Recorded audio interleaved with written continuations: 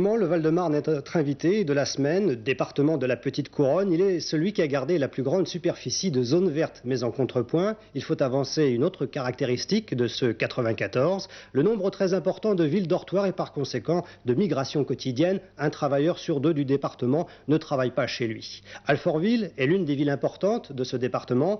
Dominique Rotival l'a choisie pour première étape. Elle s'est notamment arrêtée dans la cité arménienne d'Alfortville. Ils sont plus de 5000 à y habiter. Et ils ont su reconstituer à la fois leur culture tout en s'intégrant aux Alfortvillais. Ce sont Jean et Martine qui nous ont entraînés à l'intérieur de la petite Arménie d'Alfortville. Ils se sont retrouvés ici après s'être connus à Istanbul. La première génération d'Arméniens, ceux qui se sont établis en France en 1915, se sont installés au sud de la ville. Ce n'était alors qu'une zone de marécage. Artisans, cordonniers, tailleurs, les Arméniens ont su se montrer entreprenants. Aujourd'hui, ils travaillent surtout dans le commerce. Jean, ingénieur de son métier, est devenu photographe. Il parle 4 ou 5 langues, fait de la musique et a épousé une Arménienne originaire de Los Angeles.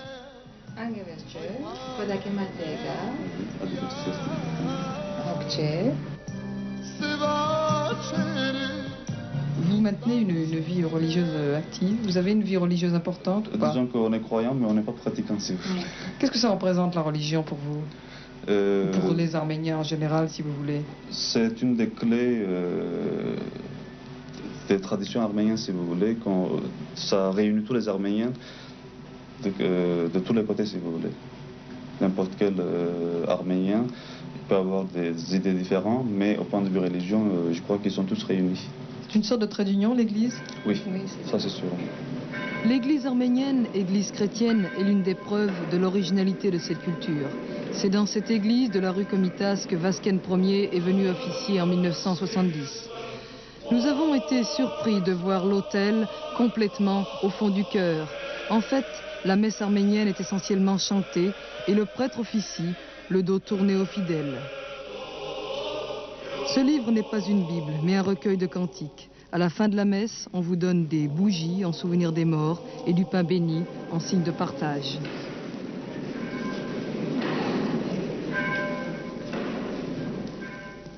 Quelles sont-elles, ces fêtes religieuses? Pendant le Pâques, le Noël arménien, si vous voulez, qui est le 6 janvier, et le 31 janvier, le Nouvel An. Et vous faites quelque chose de particulier dans cette occasion? Vous vous réunissez? Pour les 3 occasions, on se réunit en famille et on fait un repas, si vous voulez, avec les amis. Cette épicerie spécialisée en produits orientaux est ouverte depuis 1 an seulement. Son propriétaire est un ancien informaticien.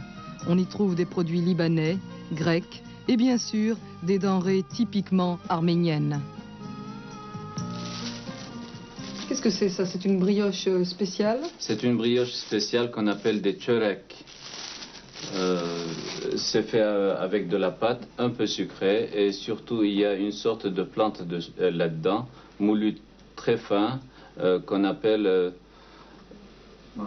mahleb, du mahleb. À quelle occasion on les mange, ces brioches? C'est surtout à Pâques. On les fait plus ronds et puis à l'intérieur on met un œuf de Pâques, tout rouge, bien garni. Et ceci là, qu'est-ce que c'est?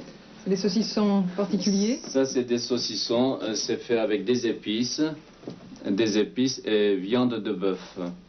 On appelle des soujouk. C'est fort? C'est assez fort. Il y a fort et moins fort. Les forts, c'est fait avec... on les reconnaît avec des ficelles rouges. Et puis des moins forts avec des ficelles... Vous pouvez nous en couper un petit peu? Oui, pourquoi pas. S'il vous plaît.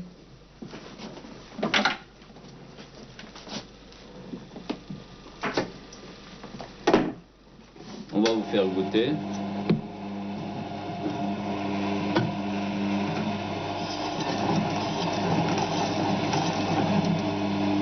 Voilà. Merci. Très bon. Et en plus, on a du jambon arménien qu'on appelle du bastırma. Je vais vous faire goûter. Qu'est-ce que vous buvez avec ça? On boit avec ça du raki. Du raki, c'est fait par les Arméniens. On a toutes sortes de raki.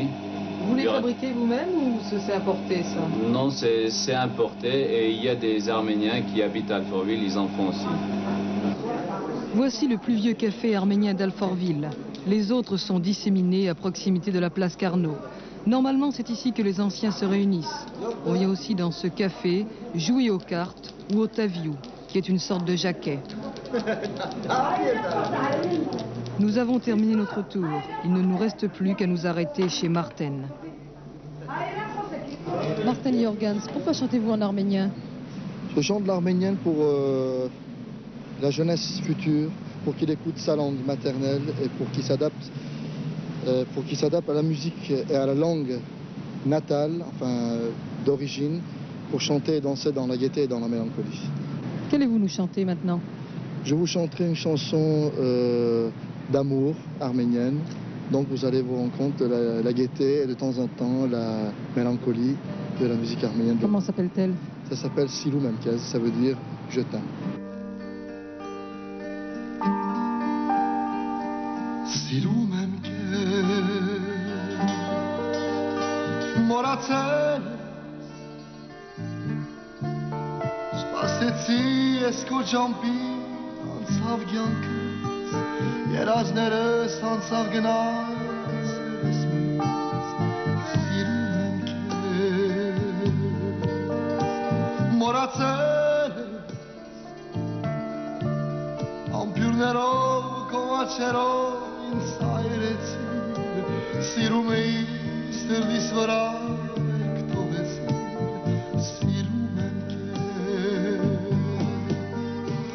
Voilà, demain, suite de cette édition spéciale sur le Val-de-Marne, nous suivrons Dominique Baillot à Saint-Maur-des-Fossés et à Joinville.